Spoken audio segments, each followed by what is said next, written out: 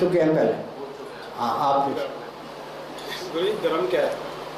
हमारे इतने देवी देवते हैं, हमें ये नहीं पता लगता किसको माने, किसी में रहते हैं। बैठ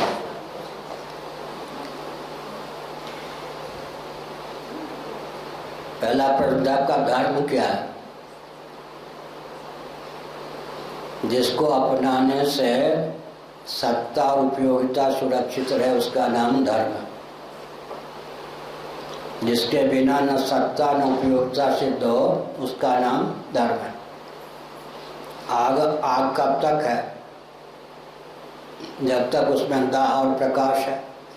दाह और प्रकाश रूप गुण धर्म को छोड़ दे आग तो आग रहेगी क्या? पृथ्वी कब तक है? जब तक उसमें गंध नामक गुण धर्म है। जल कब तक है? जब तक उसमें रस नामक गुण धर्म। वायु कब तक है? जब तक उसमें स्पर्श नामक गुण धर्म। आकाश कब तक है? जब तक उसमें शब्द नामक गुण धर्म है।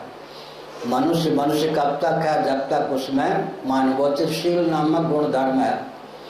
अब रह गई बात देवी देवता की। देवी देवता तो हथेली एक है या दो? यहाँ एक है ना। इस हाथ में हथेली कितने हैं? उंगलियां कितने हैं? ईश्वर भगवान एक होते हैं, वो 5 रूपों में व्यक्त होते हैं। जैसे हथेली एक है, उंगलियां 5, समझ गए? एक ही परमात्मा सच्चिदानंद हैं।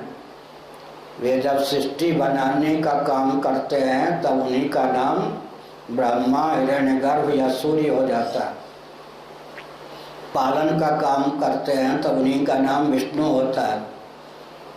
संहार का काम करते हैं तब उनका नाम शिव हो जाता है। निग्रह या तिरोधान का काम करते हैं तो उनका नाम शक्ति हो जाता है। अनुग्रह का काम करते तो उनका नाम गणपति हो जाता है। एक ही परमात्मा सृष्टि काल में 5 रूपों में स्वयं को व्यक्त करते हैं।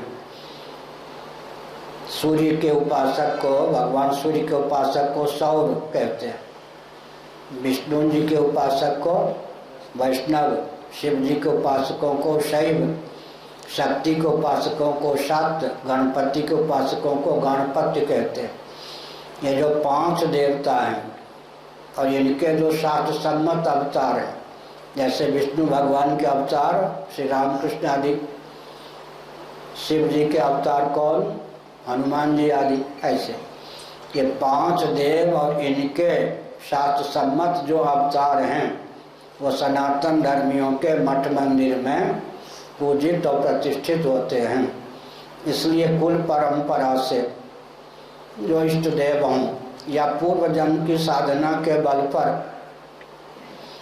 जिनके प्रति स्वाभाविक रूप से आकर्षण हो, समझ गए? यहाँ की रेखाएं भी बता देती हैं।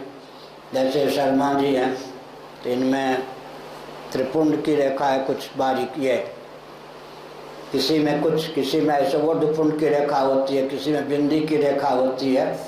इन सब से भी पता चल जाता है कि पूर्व जन्म में किसी ने, अब किसी को एक छपाचट कुछ नहीं, समझिए कि पूर्व 2-4 जन्मों से इसने देवी देवता की आराधना नहीं की। तो भगवान एक ही हैं, 5 रूपों में व्यक्त हैं। उसमें भी भूत कितने हैं? 5। भूत माने भूत प्रेत नहीं, भूत माने पंचभूत, पृथ्वी, जल, तेज, वायु, आकाश। किसी का शरीर पृथ्वी की प्रधानता से है, किसी का जल की, किसी का शरीर तेज की, किसी का शरीर वायु की। अत्यंत सिद्ध जो होते हैं उनका शरीर आकाश की प्रधानता से भी होता है। इसीलिए एक पृथ्वी के नियामक, एक जल के नियामक, एक तेज के नियामक, एक वायु के नियामक, एक आकाश के नियामक भगवान होते हैं। पृथ्वी है, पृथ्वी में क्या क्षमता है? हमने 5 कृत्य बताया। भगवान के 5 काम, उत्पत्ति, स्थिति, संहार, तिरोधान या निग्रह और अनुग्रह। पृथ्वी में कौन सा है? उत्पत्ति, सभी इससे उत्पन्न होते, स्थावर जंगम प्राणी। जल में जल जीवन है, पालनी शक्ति। तेज संहार की शक्ति, आग। और जो वायु है निग्रह की शक्ति है। आकाश में अनुग्रह की शक्ति है। आकाशी पृथ्वी जल तेज वायु को साधे हुए है। इसीलिए एक एक भूत में एक एक विशेषता है। एक एक भूत माने पृथ्वी जल तेज वायु आकाश को नियंत्रित करने हुए के लिए 5 देवों में एक एक देवता की भावना की गई है। इनका नाम कार्य ब्रह्म होता है। पृथ्वी जल तेज वायु आकाश कार्य। इसके बाद कारणम ब्रह्म माया, माया का नियामक वही भगवान बन गए तो कारणम ब्रह्म। पंचभूत और माया दोनों से पृथक भगवान को देखें तो कार्य कारुणातीत परब्रह्म। इसीलिए हमारे यहाँ कोई दिमाग में टेंशन की जरूरत नहीं, तनाव की आवश्यकता नहीं है। एक ही भगवान 5 रूपों में व्यक्त होते हैं। और कोई प्रश्न? हाँ जी।